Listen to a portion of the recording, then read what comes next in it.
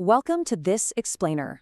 Today, we're diving into a fascinating, pretty hilarious, and ultimately profound story about a man who discovers what honestly feels like a glitch in the script of his own life. I mean, picture this. You're just going about your normal, everyday routine, and suddenly you realize you know exactly what everyone around you is going to say right before they actually say it. Is it some kind of newfound superpower? A bizarre neurological malfunction? Or has the world just become incredibly, terrifyingly predictable? We're going to break down the science, the spreadsheet, and the philosophy behind living life on autocomplete. Okay, let's dive into this. It all starts with a guy named Evan Marsh on a totally normal Tuesday morning.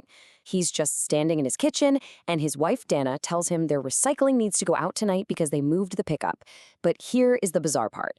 Evan's brain supplies him with a full, detailed understanding of her exact words, and it comes with the feeling of a totally fresh, original thought, but it happens approximately 500 milliseconds after she had already said them out loud. It was kind of like he was hearing an echo, but the echo came first. And once he noticed this half-second lag in his own mind, he literally couldn't unnotice it. Section 1, the half-second lag. Now, this strange half-second delay didn't just magically stay in the kitchen. Nope. It followed Evan right out the door and into the escalating mystery of his morning commute. He started predicting the exact complaints of complete strangers and co-workers, word for perfect word, basically turning his everyday life into a bizarre echo chamber. Think about the mind-numbing environments we all move through daily, right?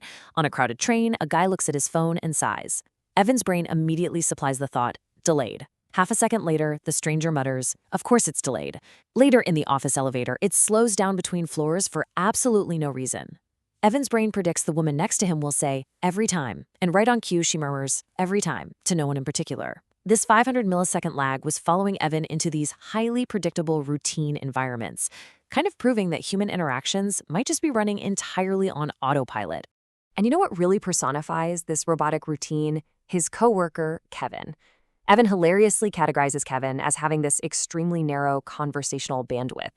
Kevin essentially operates in just 3 modes. First, you've got the affirmation, using phrases like totally, no, I hear you, or that tracks. Second, there's the pivot, where he expertly redirects with the thing is. And third, the exit, which usually involves let me loop back. Evan sits across from Kevin and accurately predicts not just the types of responses, but the exact order of Kevin's corporate jargon before the words even leave his mouth. Moving on to Section 2, the spreadsheet of evidence. So what exactly do you do when you start predicting the future in half-second increments? Well, if you're a data analyst like Evan, you meticulously track it. He creates this highly formatted document deceptively titled Q3 Data Review just to log these occurrences. His wife in the kitchen, a stranger on the train, a coworker in the conference room. And get this, his spreadsheets showed a terrifying 80 to 85% accuracy rate on predicting the first words of sentences in these familiar contexts. He is literally charting the predictability of human existence, documenting exactly how scripted our daily interactions really are. But the real defining moment here, which Evan logged as the coffee incident, happens during a deeply mundane meeting. Evan's manager, Marcus, is delivering standard corporate speak about sustainable growth metrics. Evan predicts the jargon perfectly, as usual. But then it goes further. Marcus reaches for his coffee, and Evan predicts with absolute certainty the exact timing of the satisfied noise Marcus is going to make before the cup even hits the table. He predicted a sound, a physical habit. Okay, this was getting serious. Section 3, the science of autocomplete. Desperate for answers, Evan turns to Priya. She's a deeply observant analytics coworker who helps him decipher the actual science behind his spreadsheet.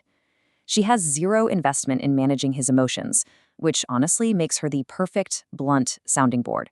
And this brilliantly illustrates the actual neuroscience of what Evan's brain is doing. Priya explains a theory called predictive processing. Your brain is essentially an active prediction machine. To save energy, it constantly guesses the next sensory input, the next word, the next sound, and it only updates its internal model when it guesses wrong. It's basically the brain's own autocorrect, and it usually happens entirely below our conscious awareness. Priya also brings up something called the frequency illusion. You know, when you learn a new word and suddenly you hear it literally everywhere? Yeah, that's a cognitive bias. Her theory? Evan's predictive mechanisms simply became uncomfortably conscious to him after a night of bad sleep. The lag was always there. He just finally noticed the seam in the wallpaper, and now he can't stop staring at it. To further ground Evan, Priya points out a genuinely startling metric. 11. Yep, 11. That is the maximum possible sentence repertoire of their manager, Marcus, used in various combinations. She proves that Evan isn't necessarily a psychic glitch. The office is simply a predictability-maximized environment. When people operate in total comfort and routine, they might as well just be running a pre-written script. All right, section 4, breaking the script. So even though he's relieved, Evan is still pretty disturbed by how predictable everything is. He decides to run a formal experiment. He wants to force a completely unpredictable moment into the world, to test if his brain is just running a script or if the environment itself is porous. So he maps out these escalating levels to test a completely nonsensical phrase he invented by mashing together physics, citrus, and political violence, quantum kumquat insurrection. He tests it alone on a train platform. No echo. He tests it on a commuter stranger, just gets a weird look. Drops it into casual kitchen chat at the office, only mild confusion. The ultimate test is level 4, the all-hands meeting. He sits in the back, silently projecting this absurd phrase into a room of 40 people, waiting to see if the world can autocomplete it. For 40 minutes, absolutely nothing happens. But then comes the chilling moment. During the Q&A, a woman who Evan doesn't even know is trying to describe financial variables. She pauses, searching for a word, and says, like an insurgency of competing metrics. Insurgency, not insurrection, but a root word from his total nonsense phrase delivered in a completely different context exactly 23 minutes later. I mean, is that a coincidence, or is the script of reality breaking down? Section 5, living in the gap. Here is where the narrative shifts from this quirky corporate mystery into a much deeper philosophical truth. Priya leaves Evan with one ultimate cutting observation that changes the entire trajectory of his experiment and, honestly, his understanding of his life. She says, the question is what you want to say that you haven't been saying. Wow. She forces Evan to realize that the lag isn't about everyone else's predictability. It's about his own avoidance of reality. He has been running the model instead of being present. His brain got so incredibly good at predicting his perfectly routine life that he finally noticed the model itself, and he was terrified of it. Late that night, Evan opens up a new, highly honest document titled, Things I Have Not Been Saying. He types out this vulnerable list of realities he'd been actively avoiding by living entirely on autopilot.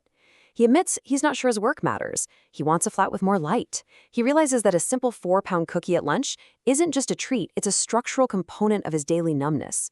He's feeling lonely inside his own predictive model, and he realizes, maybe worst of all, he hasn't really been listening to his aging father on their Sunday calls. It's a profound realization of just how much of his life he was coasting through. So the crucial point is this juxtaposition. On one hand, we have the script. It's routine, it's autopilot, comfort, and the safety of predictability. It's efficient, sure, but it's totally numb. On the other hand, we have the gap. This is the space between the prediction and the arrival. This is where presence, surprise, genuine connection, and the true beauty of the unknown actually live. Evan finally realizes he has to step out of the absolute safety of the script and lean into the risk of the gap. This leads to a massive emotional breakthrough. Evan calls his father on a Saturday instead of Sunday, immediately breaking the routine. They have a real, unscripted conversation about the settling dread of being in your 30s. His father drops this piece of wisdom, realizing Evan had basically been giving them the managed version of himself. His dad says, that's the thing about now. It's always sufficient for the things that matter. The rest is just scheduling. And you know what? For the first time, Evan's brain doesn't predict a single word. He is genuinely listening. Evan also realizes something beautiful about his wife, Dana. Her prediction rate in his spreadsheet was always super inconsistent. And why? Because Dana lives outside his predictive models. She says things he isn't modeling, because with her, he is actually genuinely present. The lag is still there, kind of like the weather, but the people you truly listen to, they exist in the beautiful, unpredictable gaps. Which brings us to the end of this explainer, and leaves us with a pretty provocative challenge. Take a look at your own routines. Are you running a cached model of your life, letting your brain just auto-complete your days? Step out of the script. What haven't you been saying? Let's move into the gap and find out. Thanks so much for joining me in this explainer.